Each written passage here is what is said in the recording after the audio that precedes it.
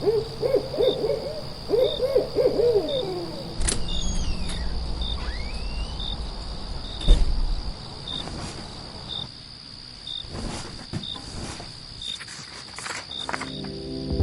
listeners, you're listening to the Midnight Readers podcast. Grab some tea, a midnight snack, and cuddle up in bed as we dive deep into today's most popular fantasies, sci-fi, and mysteries. We're your hosts. I'm Lily. I'm Brittany. And I'm Christy. This season we'll be discussing the cultural phenomenon that influenced the entertainment industry for generations with its cult following. That's right, hold on tight, spider monkeys, we're headed to Forks. When you can live forever, what do you live for? This podcast. You live for this podcast. Also, maybe the vampire who takes a shine to an innocent girl. Welcome to Sparkle High. Let's go.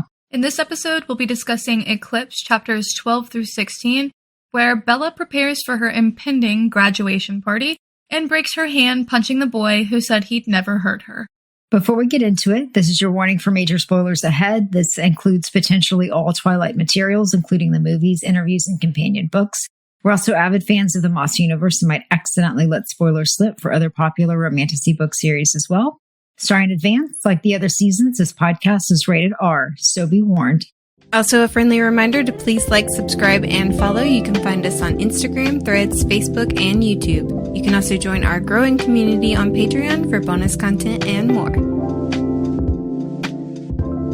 Okay, so last we left off, we had some territorial marking on Edward's behalf. We've definitely got a full-blown love triangle at this point, and it's getting a little, I don't know, it's getting a little sleazy on some parts, you know? I am a self-professed Jacob lover, but even I cannot excuse his terrible behavior.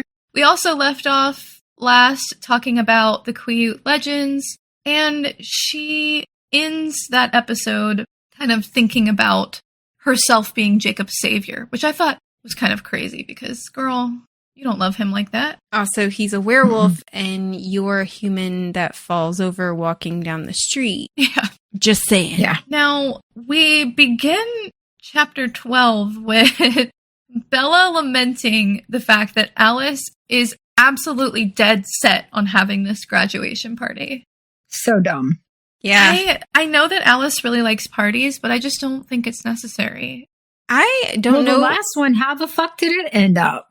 I don't know if she likes having parties more so than she likes, like, this is something a human would do. And now that we have a human, we should do the human things. Kind of like the girls' sleepover thing with the painting of the fingernails. And yeah, I was just like, well, nope. This is I'm going to offer idea. a different take. I think Alice is secretly an evil, plotting person. And I think she actually likes the drama and suffering. And I think she likes to, you know, like those mean, horrible children who put like magnifying glasses over ants. And I think the ant is Bella. And I think the parties are like the magnifying glass. It's just waiting for her to get hurt to see what happens. Honestly, I don't know. Well, I don't know if I will go that far, but I would say that Alice is she definitely has fun watching others go through things. You know what I mean? She is kind of a little bit nutso up there. She was an insane asylum. I'm just saying. Maybe she was honestly supposed to be there. Maybe she shouldn't have been broken out. I don't know, guys. I think that I don't know. Telling us all along who she is. I think that Alice is more, for me at least, I see her as more of like, well, this is how it should be, and so this is what we're gonna do, and she's so dead set on that she is kind of being a little selfish. I guarantee you, she didn't get to graduate high school for the first time as a human. She didn't get a graduation party and all this other stuff. So it's like, ooh, well, now I can vicariously live through Bella. Yeah. And she's thinking about herself. I will say that.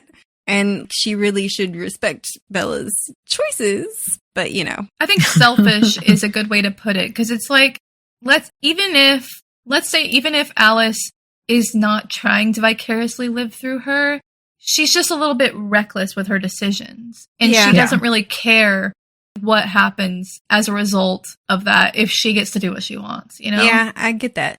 I completely agree with that. Yeah. And it's insane that Bella is shocked that it's the 4th of June. I don't know if y'all felt that way too, but the way that she said it was like, oh, it's all of a sudden creeped up all these weeks. And I'm like, you've been in fucking school and you have to write dates on your fucking papers and you're telling me you're shocked.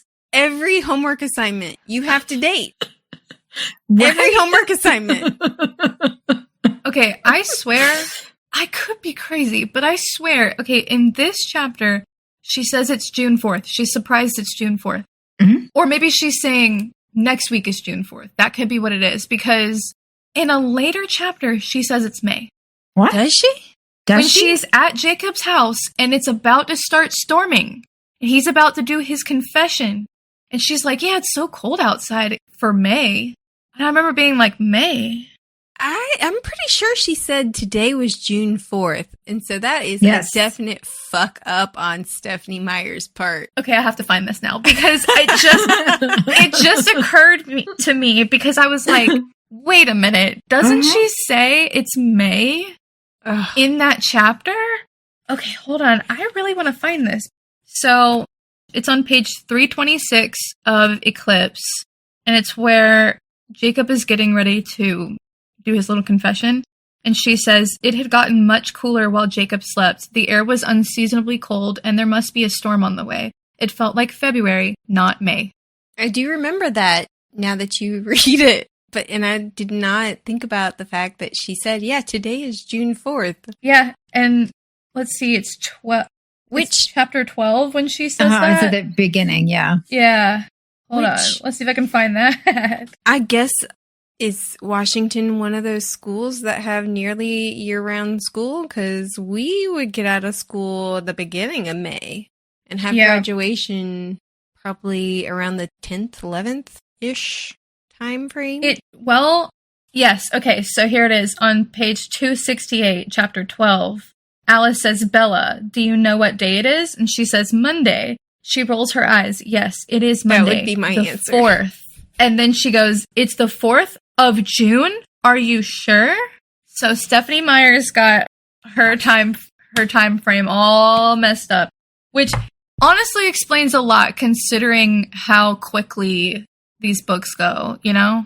That's amazing. I can't believe I just caught that. Oh my god. Anyways, we've discussed this. We can move on. But I was just like, no way. Hold on. We don't have to really discuss this part, but I thought that there's a quote in there that said she's talking about she wanted to become a vampire to help out with the vampires. Oh, yeah. And she's like, I'd rather not sit around all helpless and delicious. And I was delicious? Like, she said delicious? Oh my god, really? Oh my lord. Somebody's full of herself. God. She really is. After they discuss that she has to graduate, she has this conversation with Edward because she's freaking out internally about how close graduation is. And he's like, okay, you're obviously not ready to turn into a vampire. Let's have this discussion. And she's like, no, it's fine. It's okay. It's fine. And he's like, I do not feel comfortable with you making this decision based on fear or danger. You know, talking about the Seattle thing, talking about the Volturi, maybe Victoria. I actually have to say, I think this is one of the best conversations with Edward because I totally agree with him. And I think it's a life-altering decision that she should not be making out of fear. Or I think she should be making it in sound mind. That's not something you should be deciding when you're emotionally compromised. I agree. I do. But also, he says that, and then on the other hand, he's like, but if you marry me, or if you marry me, I'll change you myself. And I'm like, that is totally manipulating her. So still. Fucking manipulative. And that's her making the decision to marry you based on an incentive, I guess should say, which is literally the opposite of what he just said. For sure. It's funny because after that, he says that she shouldn't turn because he's being selfish. So, I mean, at least he's consistent. True. He's consistently selfish. I wanted to point out in his when he was talking about like, well, when I was a child, when I was alive, and I wasn't looking for love. And that's because no guy at that age is looking for love. They want lustiness, not love. Probably most guys, yeah. Most guys. I should say most guys. But I hate that she made him so pure and He's prude a prude. and Mm-hmm. Why? Yeah. Nobody. He's like, I didn't care about it. I wanted to be a soldier. Nobody believes that somebody who wanted to be a soldier, who is going to go to war and might die, didn't, go, maybe I should get some while I can. Right? Yeah, for sure. You can have both. I mean, yeah.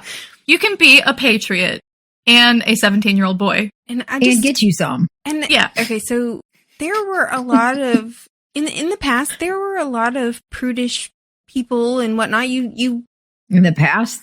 Oh, well, I know, but I mean, like, think about all those historical romances or whatnot where people are in a castle and they're like, well, I have to remain pure.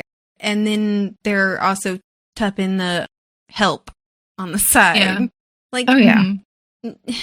They had those mentalities of, I have to save myself. Or the women had to save themselves.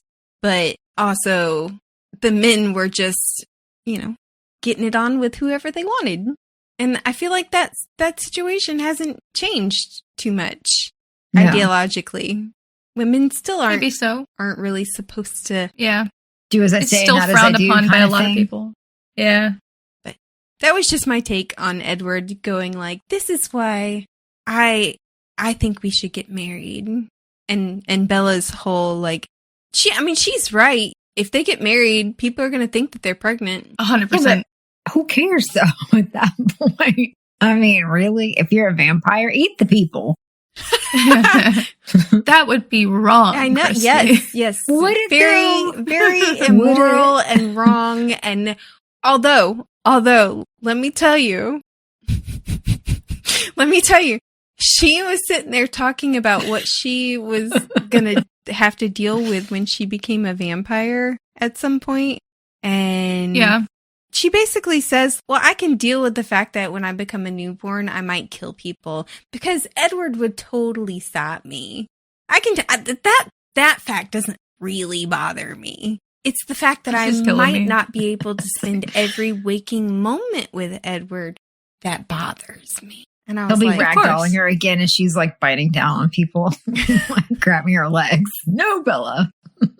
I just thought it was so insane that she was like, yeah, I might try to kill people.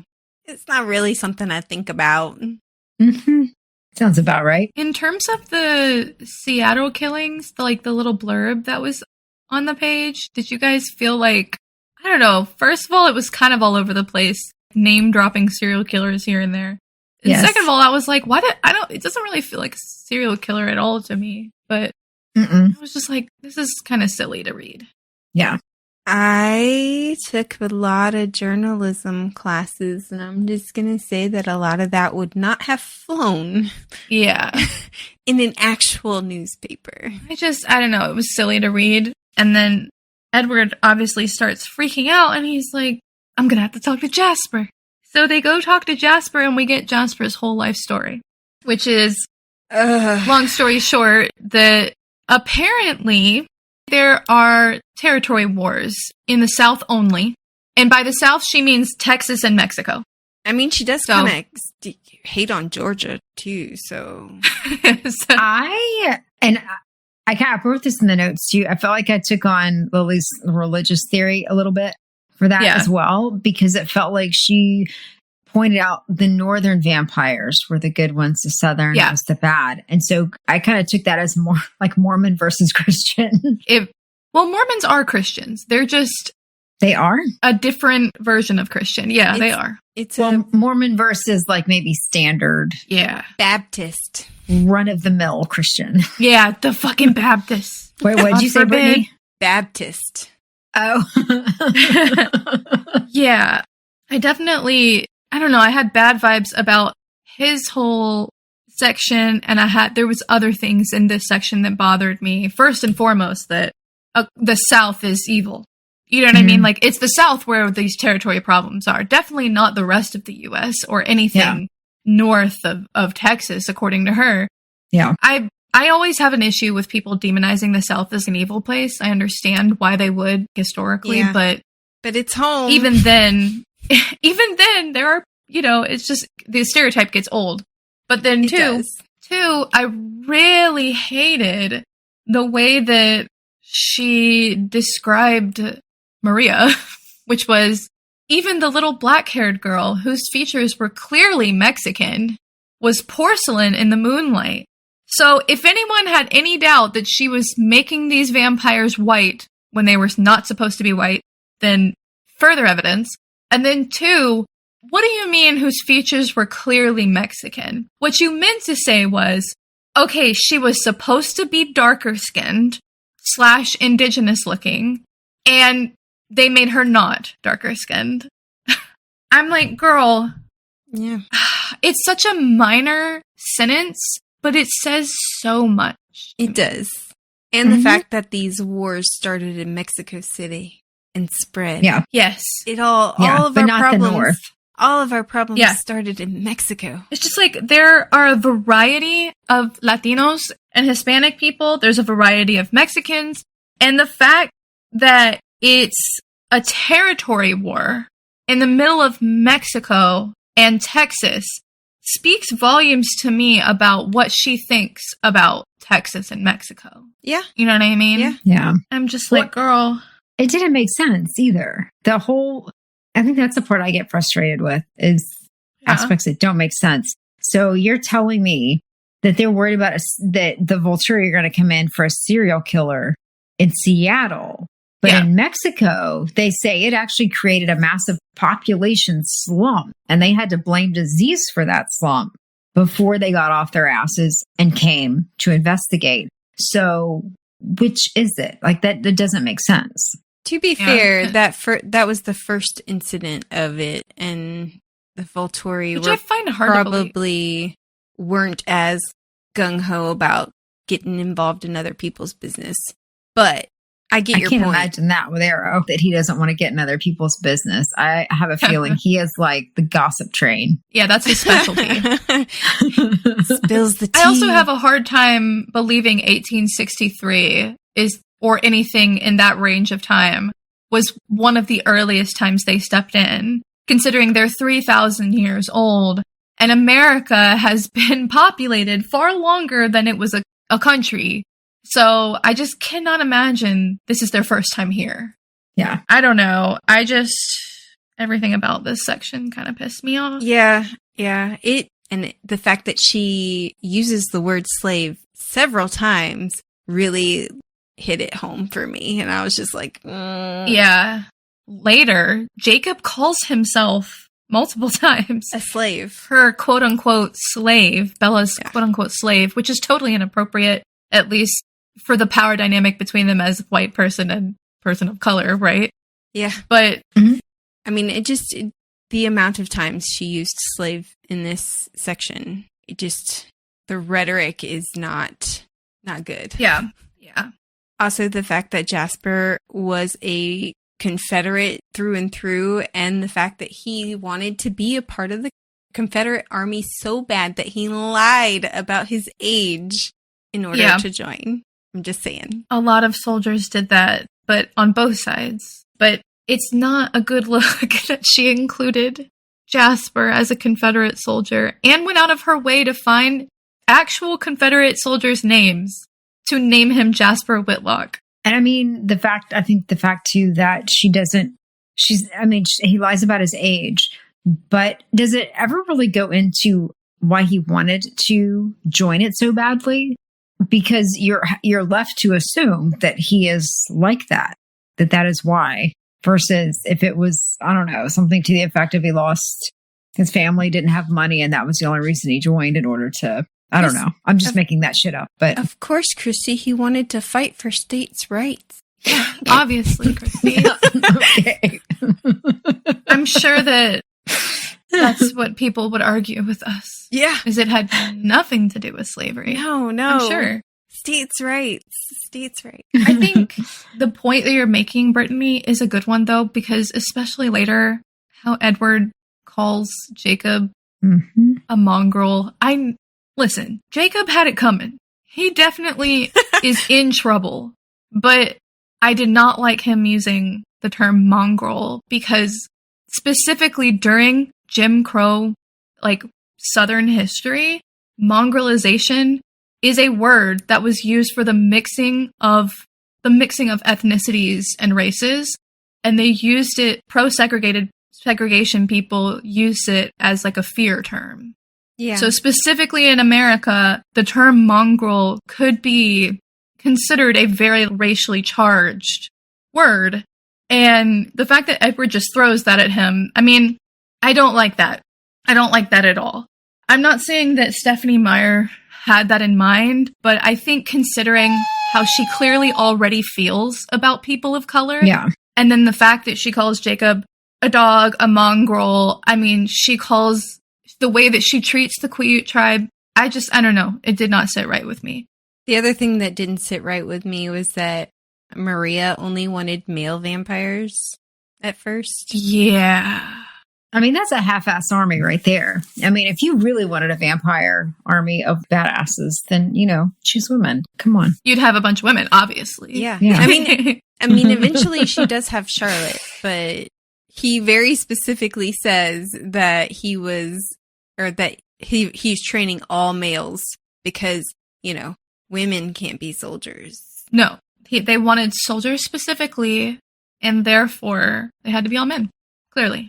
I also thought it was really funny that Jasper said that he didn't try to fight Maria and her little cronies because, quote unquote, he had not been taught to fear women, but to protect them. Yes, of course. We women aren't scary. He's an idiot. I mean, she's literally talking about killing you in front of your face. Yeah. And you're like, yes, ma'am.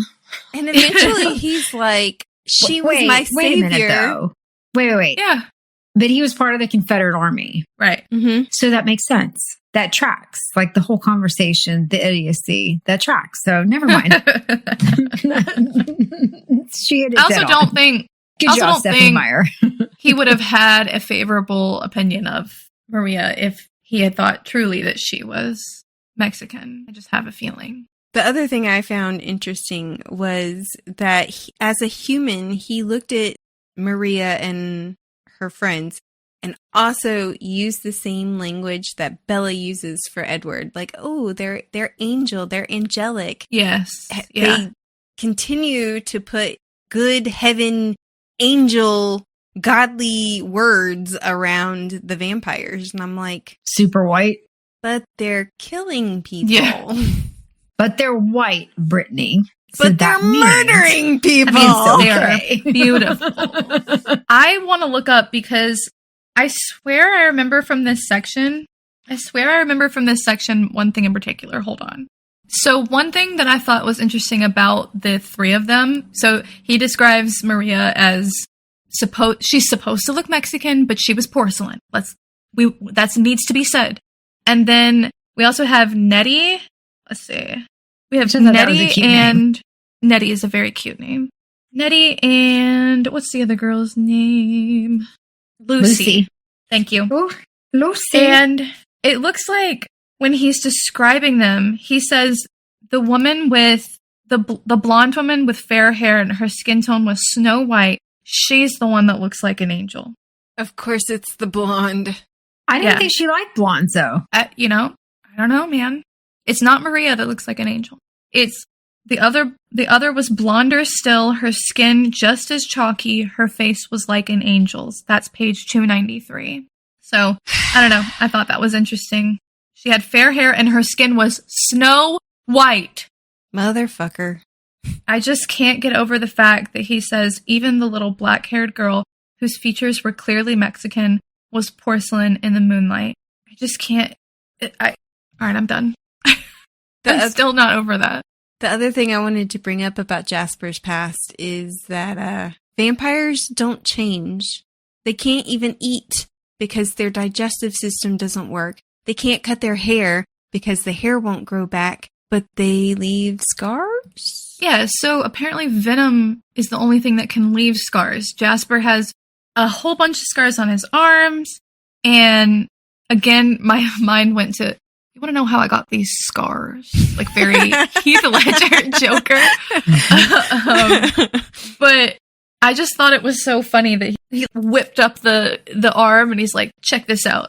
But one thing that I thought was crazy about that was like, how did nobody ever notice that? Jasper, imagine being a soldier, quote unquote, in an army for like most of your vampire life, and then joining the Cullens, and then having to go to fucking high school, and then you have to wear sweaters every day under those fluorescent lights. Yep. Well, you're already cold, so he's like got an internal AC system. I don't think that would be the issue, but so in my mind, I'm picturing for these babies, like I'm assuming those the babies that bit them, right? Just all over the place. Yeah. Were they like little piranhas and they were like attached all over? You had just like a baby suit on him of like babies biting down. Is it like, oh, which one climbed Travis? Huh? The cats. Which one climbed Travis? Yeah. Oh, you're talking about Orion? Where he like licks him on the head. Well, no, I meant the one trying to get to Cornelius when it was on Travis's head. Oh, Winnie. Yeah, she was wicked pissed. Yeah. That's Lily, when you saw Travis and his legs were shredded. Yeah. That was after that. And then Cornelius was climbing up his head trying to get away from Winnie. Right. But yeah. That's what I'm picturing is little baby vampires climbing up. Yeah, I think that the intended idea is that he was trying to teach them how to rip limbs off, but they were failing. And so he has a lot of scars all over. Okay, so it wasn't like them just going like nuts and biting him, because I was wondering if he wore like protective gear for special places, make sure those didn't get bit. I honestly don't know. This is me giving him the benefit of the doubt. Like, I don't know what he was doing. So if somebody's limb gets ripped out and say like somebody ate it, do you grow another limb? No. Are you talking about for a vampire? Yeah. How no, they do not. Though it's like eating rocks, because then that would sit in their stomach, though, wouldn't it? And then they have to throw it back up. Yeah. Oh, I'm not saying that the eating was practical, but I wanted to be like, there's no way you're getting this arm back. Well, that's why they have to rip them apart and burn them. But they could glue them together, couldn't they? I was just about to ask. Vampires. Do they heal if you put the arm back on? And like you guys are killing me. Guys, you're not understanding the vampire lore here. The lore is that if you rip them apart, you can put them right back together. They don't need glue or nothing. They can just reattach. They can? Yes, that is how they work in this. I don't know. Venom? So I don't know. Like, I'm sorry, here's your arm. Boop. Yeah, you can give it right back and they'll put it back on. That's why. What if you hit him with it first? Absolutely, you should. Just bitch slap him with his own hand. You absolutely should. Yeah, that's why. That's why. I can't remember in the Quiyu story. They talk about when they killed that one. It wasn't enough to tear her apart. They have to set it on fire. They had to take. Well, they didn't know at the time they could set her on fire. So they had to take her body parts like into the ocean and like way out of here and way out there. They took them as far away. Wondering, is she still out there? Yeah, if they didn't burn her body, which I can't remember in this moment, they might have ended up burning it.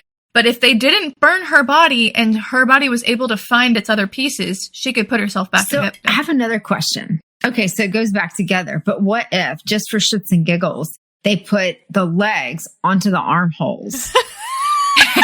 Would it go together? I don't know.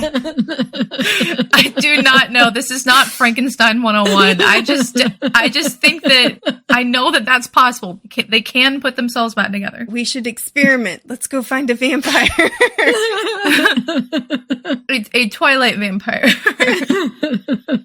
Yeah. I will say that Jasper confirms that he does think that the Seattle army is newborns, and he does think the Volturi are behind it, or Edward assumes the Volturi are behind it, but Jasper is unsure about that.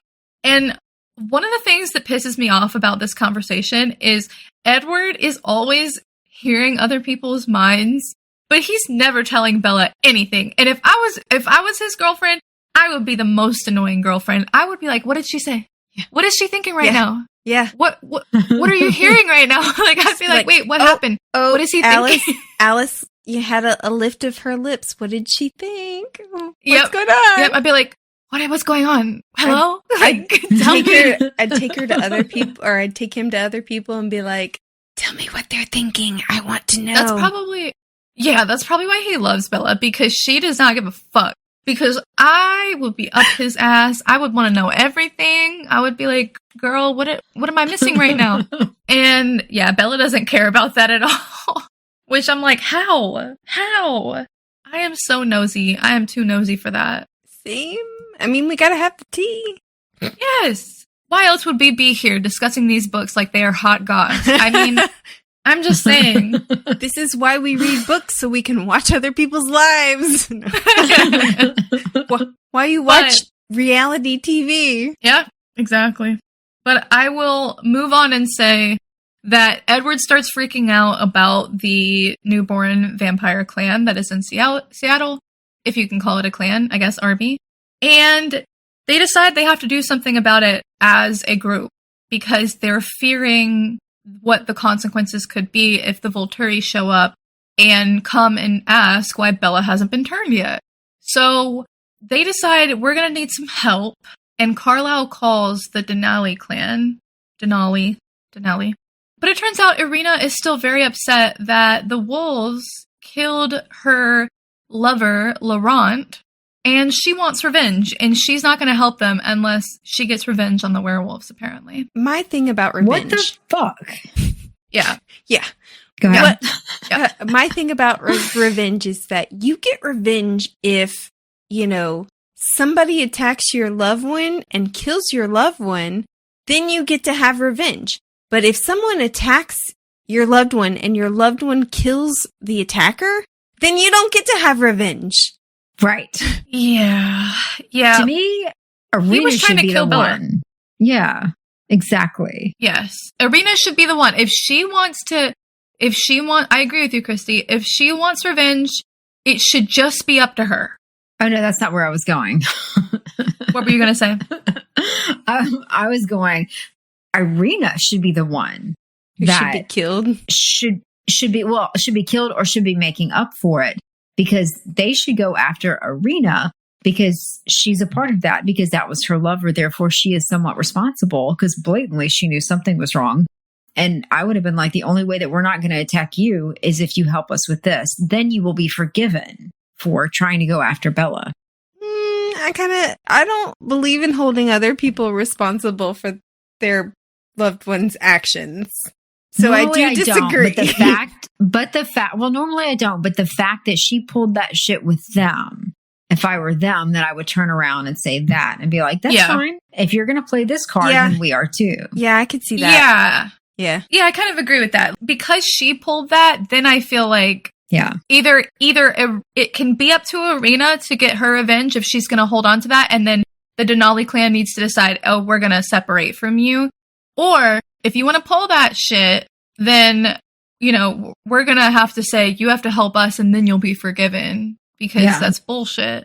But ultimately, they can't do that because they have a truce with the wolves. And so therefore, if Irina were to come and be involved, then their truce would be devoid, right? So it really doesn't work out in their favor if she wants to come and get her stupid revenge. Also, Laurent was not worth it, guys. No, he wasn't. No. He couldn't even live their way of life. No, yeah, like he clearly was not, anyway. And how did she know he died, technically? Honestly, great question. Maybe he just ran off with another woman. He didn't seem like the faithful type. This is what I mean. Laurent was not sticking around with them very much. She's just very upset about a guy who probably probably wasn't that great. Yeah. Just saying, girl, like, you could do better. Seriously. Yeah. And I mean, that whole thing, how would she even know the wolves killed him, let alone that he's dead? Maybe the Cullens told her. Sent her a sympathy card. I'm not sure how she found out, but it's interesting. Yeah, I would be interested to know.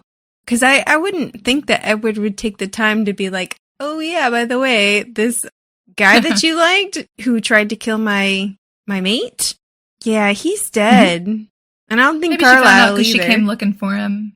Oh. Well, maybe. It turns out they can't depend on the Denali clan for help, unfortunately.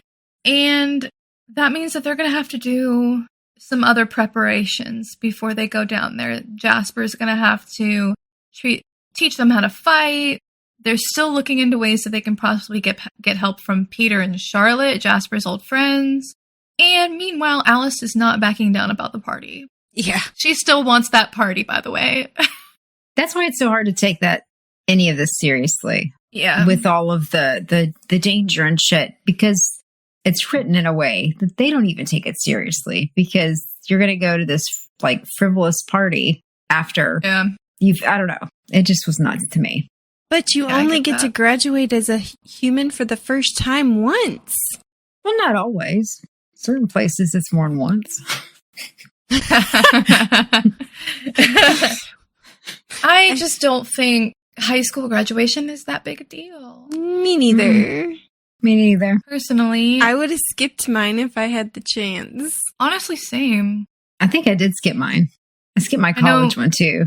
I skipped my college one too. I skipped my second college one because none of my family could make it. I only went to the first one because my family was so excited. I was like, okay, fine. But yeah, sitting in that heat, waiting, not in Georgia heat. But Edward tells her that before they all do, graduation and then go down to Seattle, he and Emmett and Jasper and some of them are going to go hunt to prepare themselves, get full.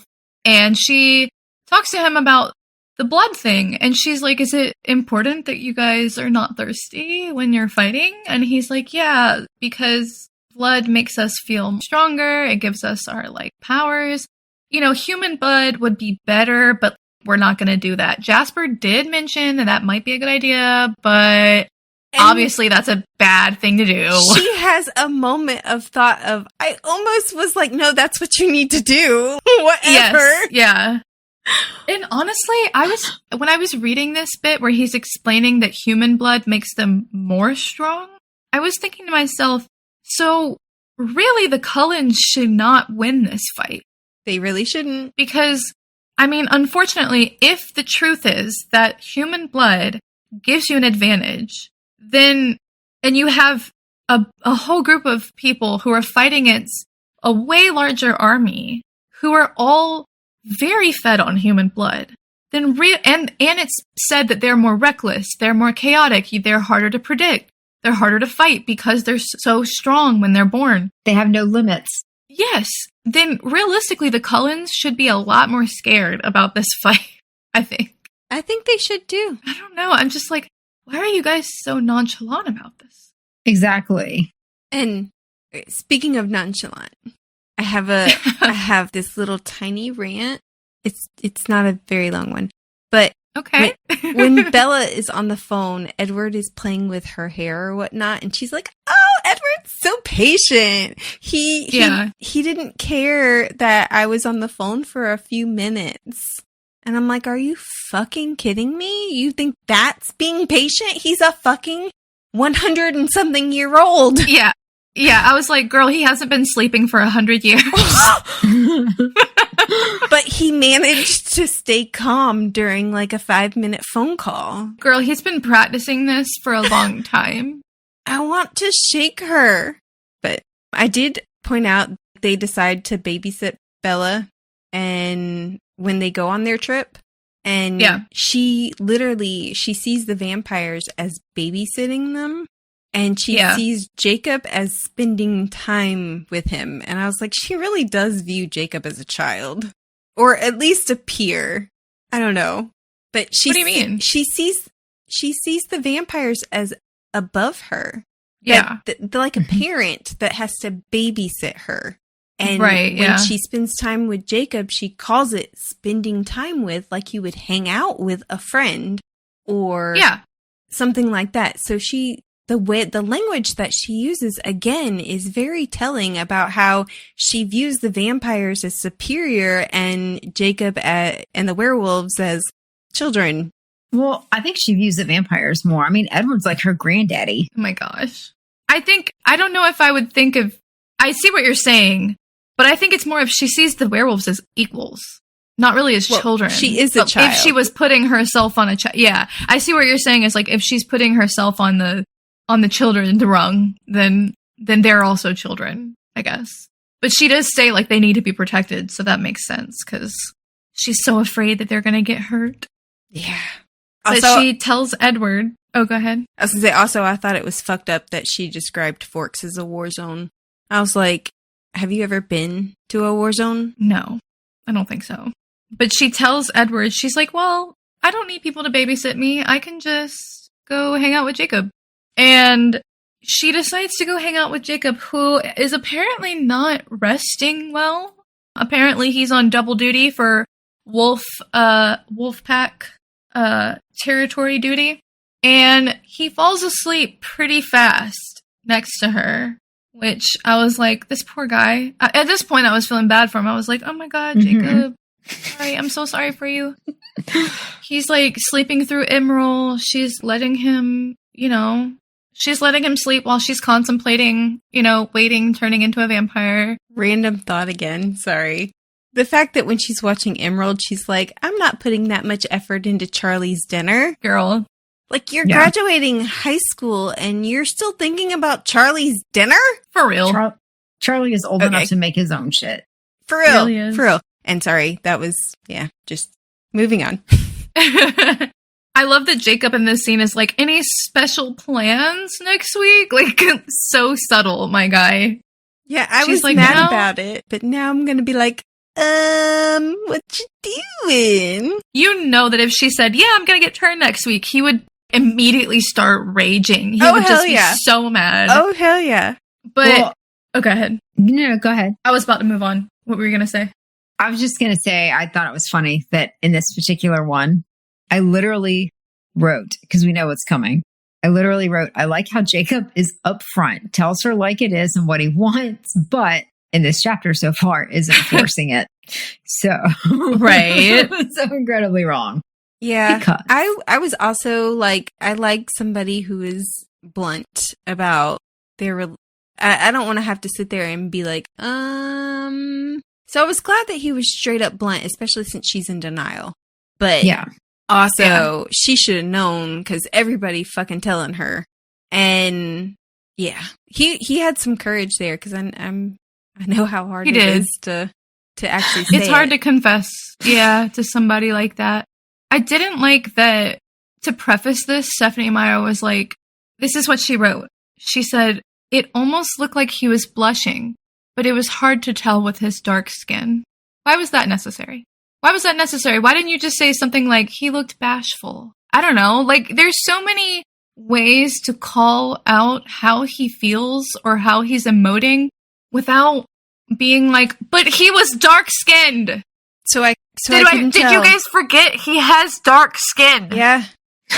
Just so you know, he has dark skin. Reminder before he assaults her. Reminder before he assaults her. He has dark skin. That was probably why. Just saying. I don't know if I'm totally blowing this out of proportion. No, but I was reading it and I was like, what the fuck? Her blatant racism is clear all over the page. Yeah, it just sneaks out in times where I'm like, what? I feel like that in this part, and especially, once we get to the actual assault part, it almost felt like that maybe by this point, people really were like Team Jacob. You had a lot of people that really liked Jacob. They didn't like Edward. And that wasn't the way that she wanted it to be. Maybe she didn't like it. And I felt like that she made this change in him in order to make him the bad guy. I don't know. It just it felt really It's hard to tell. Weird. It's hard to tell because, well, I agree with you on one hand, but it's also kind of hard for me to tell because I also feel like sometimes Stephanie Meyer seems to think some of this is okay. Yeah, I agree. There's also this weird blurry line where like what she accepts and what she doesn't accept. So yes, but also like, especially maybe with the way that Charlie reacts, I think that she thinks this is perfectly fine. Yeah. You know, in a way, after you say that, what it could seem like too is, you know, when you're much, much younger and your vision of something is vastly different than what it will be as an adult. Yes. And so having someone fight over you or force themselves on you could seem romantic, but it's almost like her romantic, what is appropriate is kind of stunted into, I don't know. Yeah. There's a lot of ways to look at it. I can even argue there are some people, this is going a bit far, but there are some people who like consensual non-consent or dubious consent because it removes the shame. They can read it and be like, this person is forcing me to do this, so therefore I can't be shameful for wanting it. You know what I mean? And a lot of people who grow up really religious like that kind of thing, or they like fantasizing about it, not necessarily in practice, but they like fantasizing about it because it removes a portion of shame from them. They can't say, I'm lustful, but he's lustful and I'm okay with it. And therefore it makes them feel like they're still, I don't know, like they're allowed to enjoy it in a way.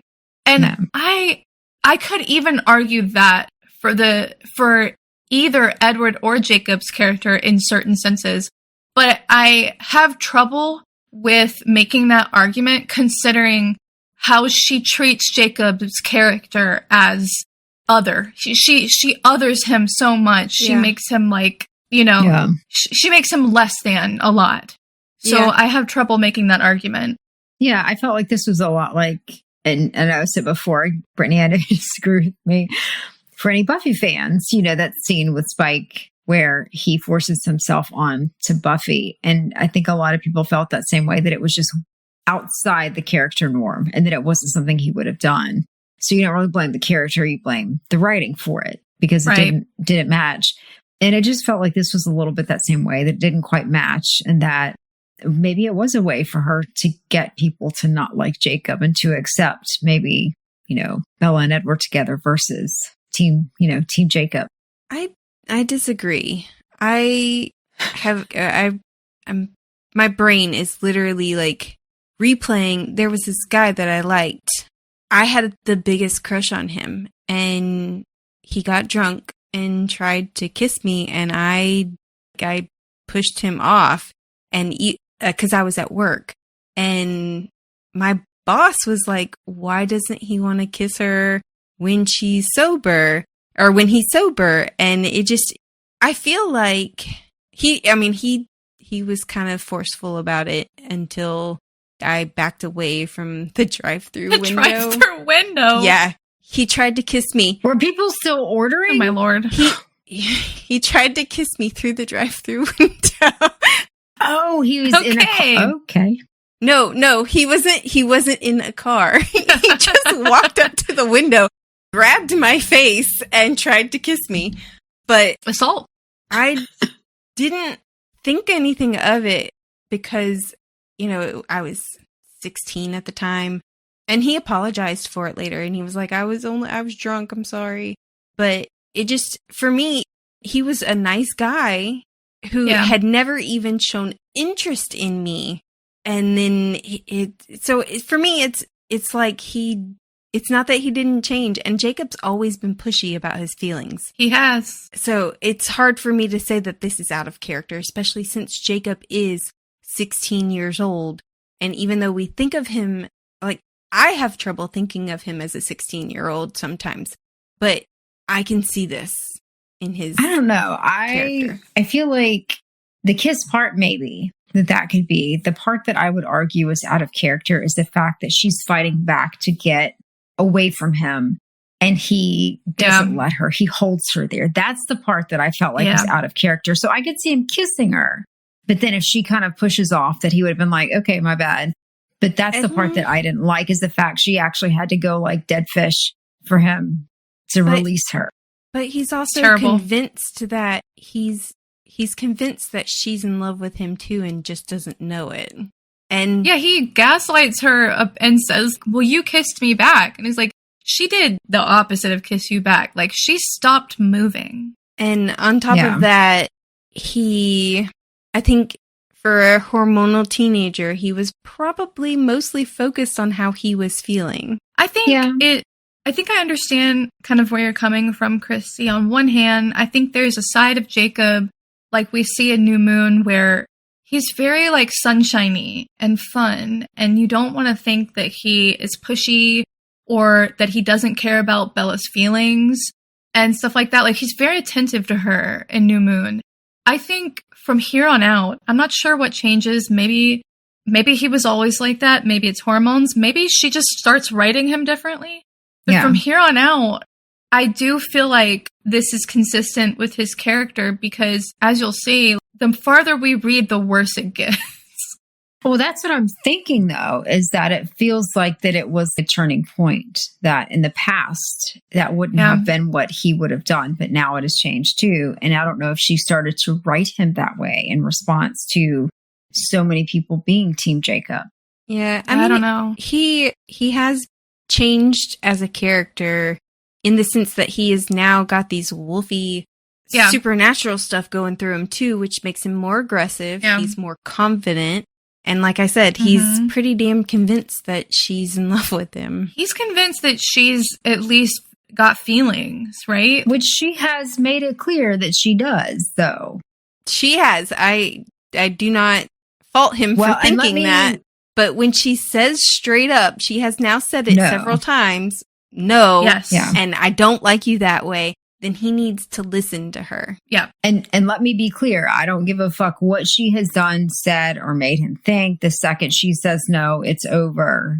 There is no excuse. So let me just make that really clear. Yeah. So. Yeah, absolutely. None of us is making excuses for Jacob's actions here at all. No.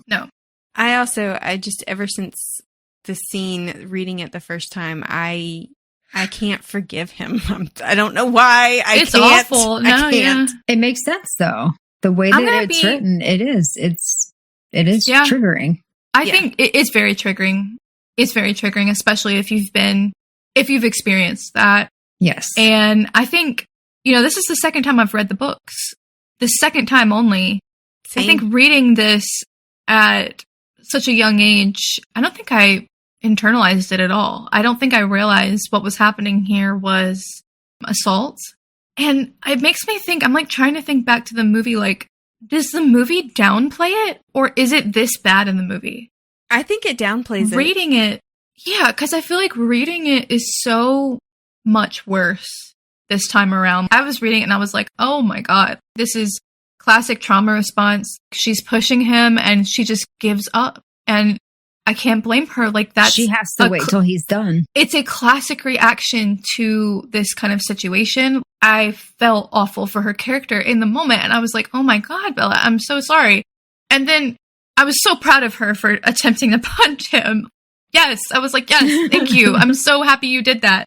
In the movie, I feel like I experienced it as a funny moment. It is kind of like funny how Charlie, because she kind of like how Charlie brushes it off, like, good for you, girl, but also give him, give him a rest or like throw him a bone. He says, good for you to Jacob. Yeah, I know. Awful. Awful. Yeah, I was pissed about that. If my dad did that, I would have lost my shit. Like, absolutely. And she's coming home with a broken hand. Are you kidding? So it's not just that, but she he's like, haha, you should. I guess I should have taught you how to punch. You're damn right. You should have taught her how to punch. She's a girl living in today's world. Yeah, crazy. And he's the chief of police. He's seen sexual assault before. For real. If Edward had done that, he would have been furious. Oh yeah, he would have arrested him. He would have totally arrested him and dragged him to jail, and he would have had a smiling face and a bounce in his step and like. And honestly, Jacob pisses me off after this scene as well, because he takes her home, he walks right into the house, he's comfortable in there, he doesn't feel any remorse, not even a little bit of remorse, and that's what really gets me. And Charlie making him feel comfortable in that house after he's done that, he admits to doing it out loud. He says that Bella punched him because he did it. And there is no repercussion for his action whatsoever. Yeah. And then Bella's like, why don't, if you're going to talk about charging somebody, I'm the one who hit him. No, you defended yourself, you motherfucking bitch. Yes. And then Charlie goes, now, Bella, like, that's not how it's going to happen. You know what I mean? He's like, Jake, are you pressing charges? Yeah. He thinks it's a joke. And it's so... That is fucked up. Rage and inducing. Honestly, I will give Stephenie Meyer this credit. It's realistic. Oh, damn. Yeah. It is true. I gotta give her some credit because I know the three of us have all experienced things from men and people have brushed it off, pretended nothing happened, that how we were feeling wasn't a big deal. I know that for a fact. Yeah. And that's shitty. And so rereading this again as an adult, I have to say, Jacob, you've gone too far. You know what I mean? Like, that hurts me to read as someone who's always been a Jacob fan. I hate it so much. And I know it gets worse too. And I'm like, ugh, I'm very upset. I want to say that Edward is growing on me more now, but he's not either. Nope. No. They're both just like, throw them in the trash, start over. Yeah. Find somebody else. Shit, man. Someone else. Oh my god. Anybody else. Come on. I will say I did have a good laugh when Emmett was like, you punched a werewolf? Great job. Oh, and that bet is so fucked up. It is. Rosalie was like, Jasper's gonna win the bet. I lost it because I forgot 100%. I totally forgot about this bet. I love that Emmett was betting on Bella, though. He's such a good brother. He has faith in her. Yes. He has faith in her. I love it. I also love that Edward was like, I'm not going to kill you because it would upset Bella in the morning. And she's like grumpy about it. She's like, She's like, maybe I want you to kill him right now. Would I really be upset? He's like, yes, in the morning, you'll regret it. Would be upset. Yeah.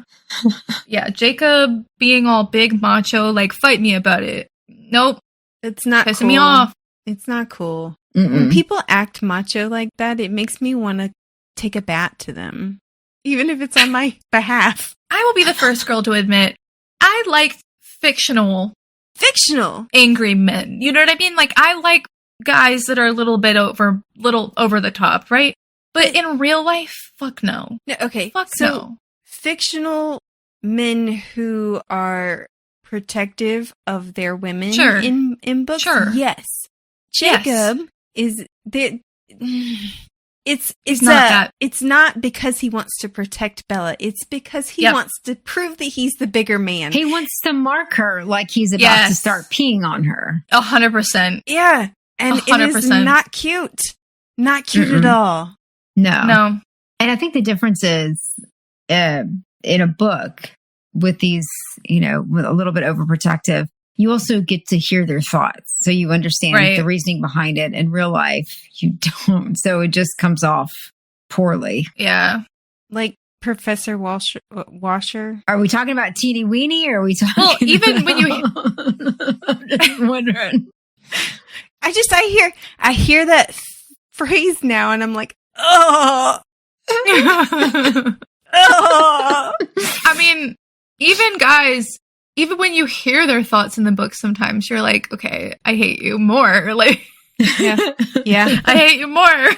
But let's go ahead and finish up with our last chapter, which is the graduation. Oh I feel like we don't need to discuss too much. The main thing that comes out of this chapter is that Bella somehow puts together that the person who stole her shirt is the same person who is running the Seattle Army or is in league with the Seattle Newborn Vampire Army. And I'm like, first of all, how did you guys not notice this before? Seriously. Right.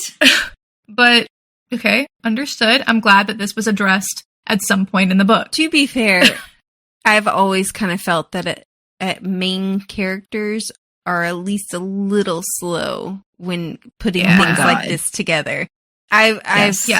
experienced this in many books where I'm like, it's clearly this, you dumbass bitch. Why are you not thinking that? Yeah. Oh my gosh. But another funny thing is, one, Alice, it's kind of explained why Alice has been missing things a little bit. You know, they are specifically using what they know about the Cullens to kind of go out of the way. Wait. And Brittany, what are they taking advantage of? Alice's holes? The holes in her vision? I'm done. I was like, what? Sorry. The holes in her vision. Oh my god. The holes are back, people. The holes are back. Also, I gotta say, the audiobook made the beginning line of this chapter the most whiniest piece of shit ever. It really got on my nerves. Yeah, where she's like, I don't know what to wear. But I relate. I've been there. I just don't see Bella as the type that puts I have out not. all her. I'm sorry. Yeah, no. No. I've done it for like dates and stuff. I've been like, I want to wear this. No, I'm going to change clothes. But That's true. Yeah. I see her as the throw on a t-shirt and jeans type. And so her sitting there going, I don't have anything to wear. But because they have discovered this together, Alice and Bella, while she's changing clothes, they're like, oh my god, we can't tell Edward until after the party because he's going to freak out. And so Alice is like, you're right, I have to leave. And so she leaves. And when she's at graduation, instead of thinking about that, she's thinking about translating the battle hymn of the Republic, the Union battle hymn of the Republic, from the Civil War into Arabic. And then after that, Korean Sign Language. Because, why not? Why not? Exactly. Which I was like, Civil War again? Okay. Yeah. But it could have been any song. It wasn't, though. The battle hymn of the Republic. Translated into Arabic. Thank you, Alice. I love that Edward was so confused about it, though. He was like, what is going on? And then Bella's like, so what was she thinking? And he's like, what do you know? Like, he looks at her and he's like, She very much tells on herself. She's like, so how is Alice keeping you out? Yeah. Like, bitch, what? And then she just straight up tells him. For real. Alice went through all this trouble to keep him out of it. To keep him She ignorant. translated a song into Arabic. To keep him arrogant. That too. To keep him ignorant. And Bella's just like, here's the answer. And then she's shocked by how he reacts. I guess that wasn't too bright of me to tell him. You're damn right it wasn't. Yeah. Again, worst secret keepers ever. Of all time. And the whole time she's telling Edward, she's like, this is good news. They only want to kill me. Y'all are all safe. Girl, that's not what this is about. I'm shocked Edward didn't leave again. Like, I have no words for her because she's like, my life is in danger and y'all are all safe because y'all wouldn't totally risk your lives to save mine. You've never done it before. Not like you have a past of that or anything. I'm definitely not concerned about that. No, this is all good news. What I really don't understand is how they still have not connected it to Victoria. Because if you have this big huzzah moment and then you don't connect it to Victoria, who has been going after you for how long now? And that they keep not connecting anything to her. Third book that she's been after Bella. She started it in book 1. Yeah. Yeah. Can I get a deep breath? Just I know. Like, oh my god. Yeah. Sorry, the stupidity is just overwhelming. It really is. Yeah. How it really made it this far is shocking. And then all the shit with Jacob and Charlie and all of that on top of this bullshit. I'm like, oh my god. Yeah. And then Charlie finally coming to his senses and being like, oh, you're right. He shouldn't have kissed you without your permission. Here, should I teach you how to throw a punch? Actually, I had problems with his statement as well because, wait, hold on. He says, I never thought I needed to teach you how to throw a punch. Guess I was wrong about that. And she says, I thought you were on Jacob's side. And he says, no matter what side I'm on, if someone kisses you without your permission, you should be able to make your feelings clear without hurting yourself. He's correct. 100% agree with him.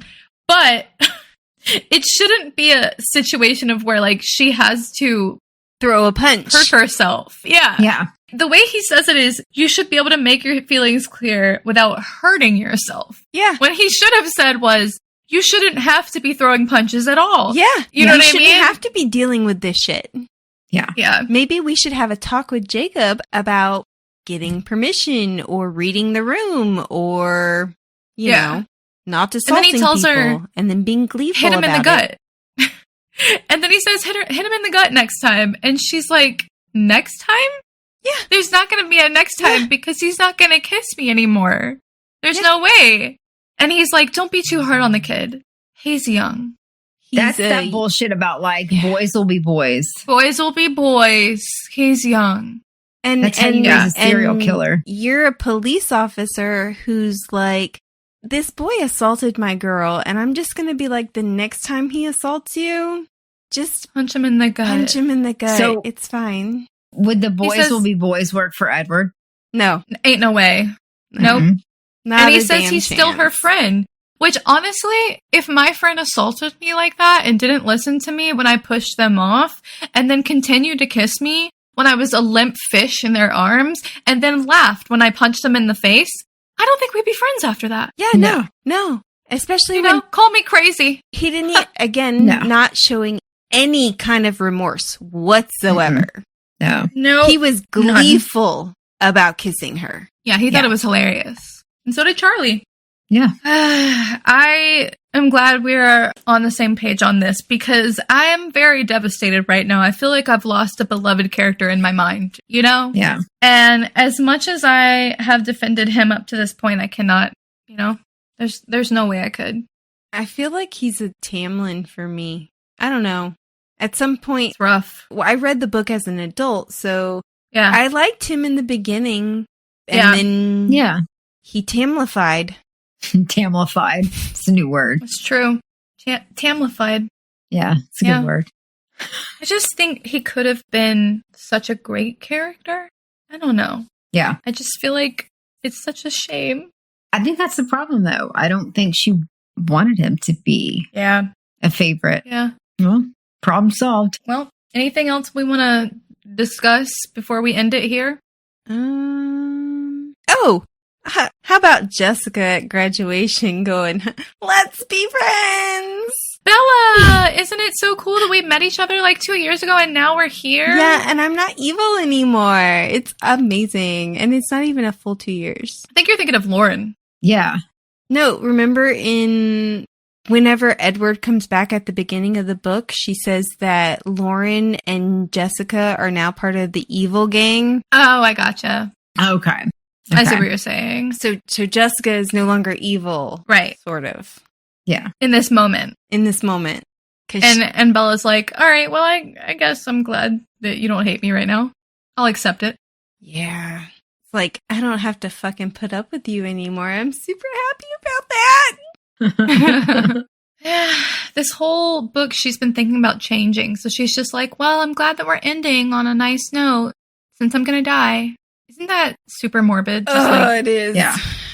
Very much so. Oh my gosh. Well, since I'm going to have to say goodbye to everybody, at least our last conversation was a nice one. Yeah. I don't know how I'm going to say goodbye to Charlie and Renee and... Yeah. All right. Well, we hope that you will join us for next week's episode. We'll be discussing Book 3, Eclipse, chapters 17 through 21. New episodes drop each week, and don't forget to check out last season's discussion on the Empyrean series. Please remember to like, subscribe, and follow us on social media. That like and follow are super important for us to continue to bring you new episodes each week, so please do so. You can also support us by joining us on Patreon. Thank you for listening to the Midnight Readers podcast. We'll see you next week. Happy reading, listeners. Don't stay up too late.